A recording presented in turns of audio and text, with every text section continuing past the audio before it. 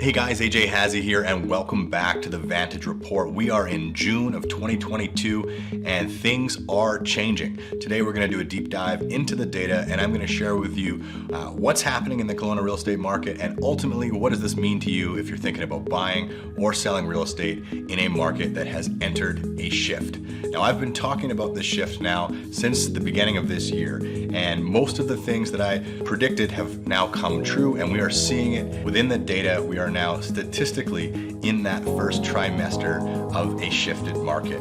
Now, what does that mean? Well, what it feels like right now is a balanced market. It is actually the ideal scenario for both buyers and sellers. If a seller puts their home on the market and it's priced intelligently, it will sell. If a buyer is shopping right now, they have a few options, and guess what? They can have conditions on the purchase of their home. They can get a home inspection. They can have time to organize a mortgage, all of these things. So back to what we consider a normal market. Now, the months of inventory, or the absorption rate, is the number one indicator that I always talk about in these Vantage reports. And you'll see that we've actually gone from just a little over a month's inventory, which is a very tight seller's market. That's multiple offers on everything, to a little over 2 months where still things were selling for over list, but it wasn't quite as competitive, to now we're just north of 3 months of inventory. And what that feels like is balanced. And a balanced market is in that sort of 3 to 5 months worth of inventory, maybe even 3 to 6. When we get north of 6 months of inventory, that's when we get into a buyer's market. So we're not there yet, but this is very much a pendulum effect. So we're seeing this trend, and I expect that trend to continue to where we get into a slight buyer's market. Even with 3 months of inventory, we are seeing some slight downward pressure on prices. One of the things that we notice is that for the first time in as far back as 2 years, the average list to sell ratio is actually below 100%. What that means is people are getting a slight discount. It's not much, but the average home is selling for just less than full price now. Also, we're seeing that homes going on the market are sitting on the market a little bit longer. You can see that the days on market has crept up ever so slightly from 24 to 27 days on market on average. These are slight changes, but you have to realize that the trend, this is the first time in months and months and months where we've seen a reversal of the trend. Now, when we look at the home price index, that is the average benchmark home, this is the first month since pre-pandemic time where we haven't seen big gains months over month. In fact, we've actually seen the benchmark home come back by about 1.6%. So you can see that price softening. There's price softening in the negotiations, and there's actual price softening based on the downward pressure that's come from the interest rates. That's what's happening. Everybody's curious what's causing this. Well, it's no secret that the Bank of Canada has been raising rates. In addition to those rate hikes, we're seeing the banks themselves have eliminated a lot of the discounts. And so we're actually seeing a pretty solid spread between what you could buy a home for this time last year versus now. So when you break that down, what does that really mean? Well, let's take the average single family home, for example, which is just over $1.1 million. Well, this time last year, you could get a mortgage for around 2.5%. which would allow you to finance this home for under $4,000 a month, which was cheaper than renting. Especially if you had a suite, you could probably have half of that offset by a tenant, and you were laughing. Fast forward to today, where the interest rates are closer to 5%, that's 200 basis points higher. That same home is gonna cost you $1,000 more per month to finance. And so what's happening is you're seeing a lot of people priced out of the market. When you look at, the average income of Kelowna is still only $68,000. At $5,000 a month, that would be 100% of the average person's income, household income, would go to the average single family home. It just doesn't compute. Now, if you look at the actual money you would need to earn to afford the average house, would be $140,000.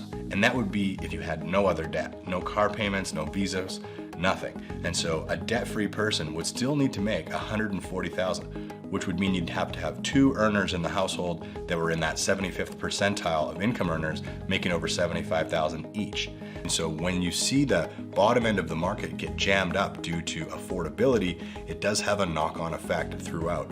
So we're gonna see that in the coming months play out. And what we're seeing today is that more and more sellers are looking to capture that last gasp of the seller's market. And so we're seeing more properties hitting the market than before. Every day when I check the hot sheets, I always look at the ratio between things that have sold and things that have been listed, and roughly about 2 to 1. We're seeing 2 listings for every sale right now. So we can expect that inventory levels will continue to rise. What's become clear is that the prevailing emotion of the market has switched from one of greed to one of fear. And this is because the capital markets, the crypto markets, all throughout the whole economic system, we've seen trillions of dollars of capital vaporize almost overnight, which has shot panic through the whole market. Now, our real estate market is holding up very, very well in comparison to all of the other asset classes. But we are not immune to when the whole world goes into a recessionary time. And it looks as if the world is entering into a recession. Now, the last time we went into a recession was 2008.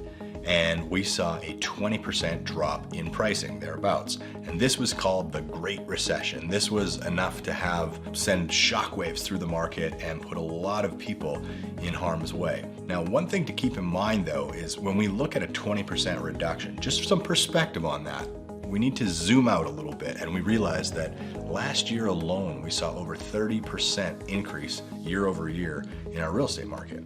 In fact, over 2 years, we saw 58% increase.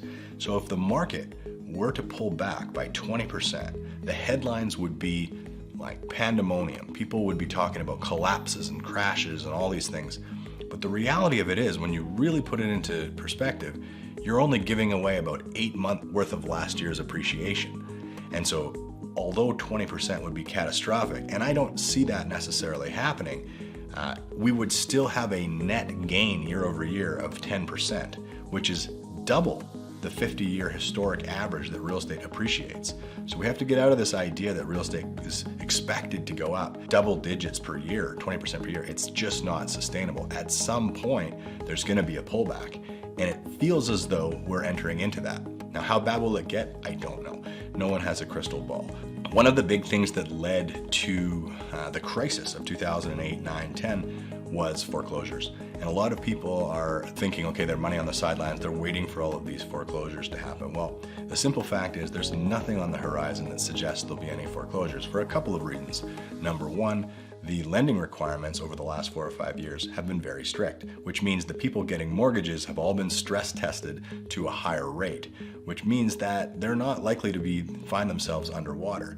Secondary to that is that you don't have a number of people speculating in the market that we had back in 2007 and 8 who are sitting on properties that are negative cash flow. That has not been the case. Banks have not been as apt to finance those, and we just don't have that much speculation in the market.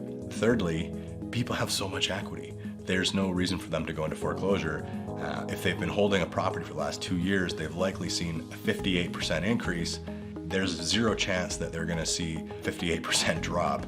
And so to find themselves underwater by the time their mortgage comes to reset, it's very, very unlikely. So the foreclosures were really what drove the market down as far as they did last time, and that's not on the horizons. Now, a lot of people are saying, well, maybe I'll just sit on the sidelines and wait, I'll rent for a while. And that can be a good strategy, that might work. However, as I mentioned before, it was cheaper to rent before. We still have tons of people moving to the Okanagan. And so lots and lots of people who could buy are opting to rent, which puts additional pressure on the rental stock, which we already don't have enough. If anybody's tried to rent a home recently, it is very competitive. Well, if you add to that that people who would have bought now become tenants, then you've got a very competitive rental market. And the other thing we're telling buyers, and not every buyer should buy, if you're thinking short time horizon, 1 to 2 years, you might not like where you find yourself in a year from now.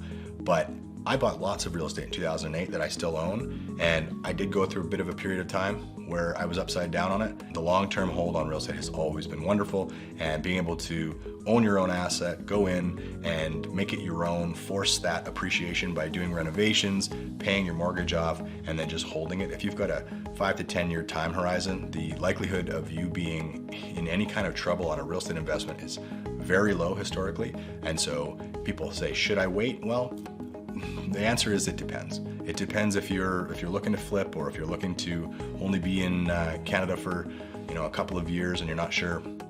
Probably you should just rent. But if you are taking a longer horizon, 5, 10 years plus on a property, then you're better off to just get your family situated, start paying your mortgage down, and creating that equity. For sellers right now, best advice I can give you is if you're planning to sell your home anytime in the next 2 to 3 years, now is going to be your best opportunity to negotiate the best price and terms for that property. Well, there you have it, guys. There's the market in a nutshell. If you're interested to know what your home might sell for in today's ever-changing market, you can start that process right here on the blog.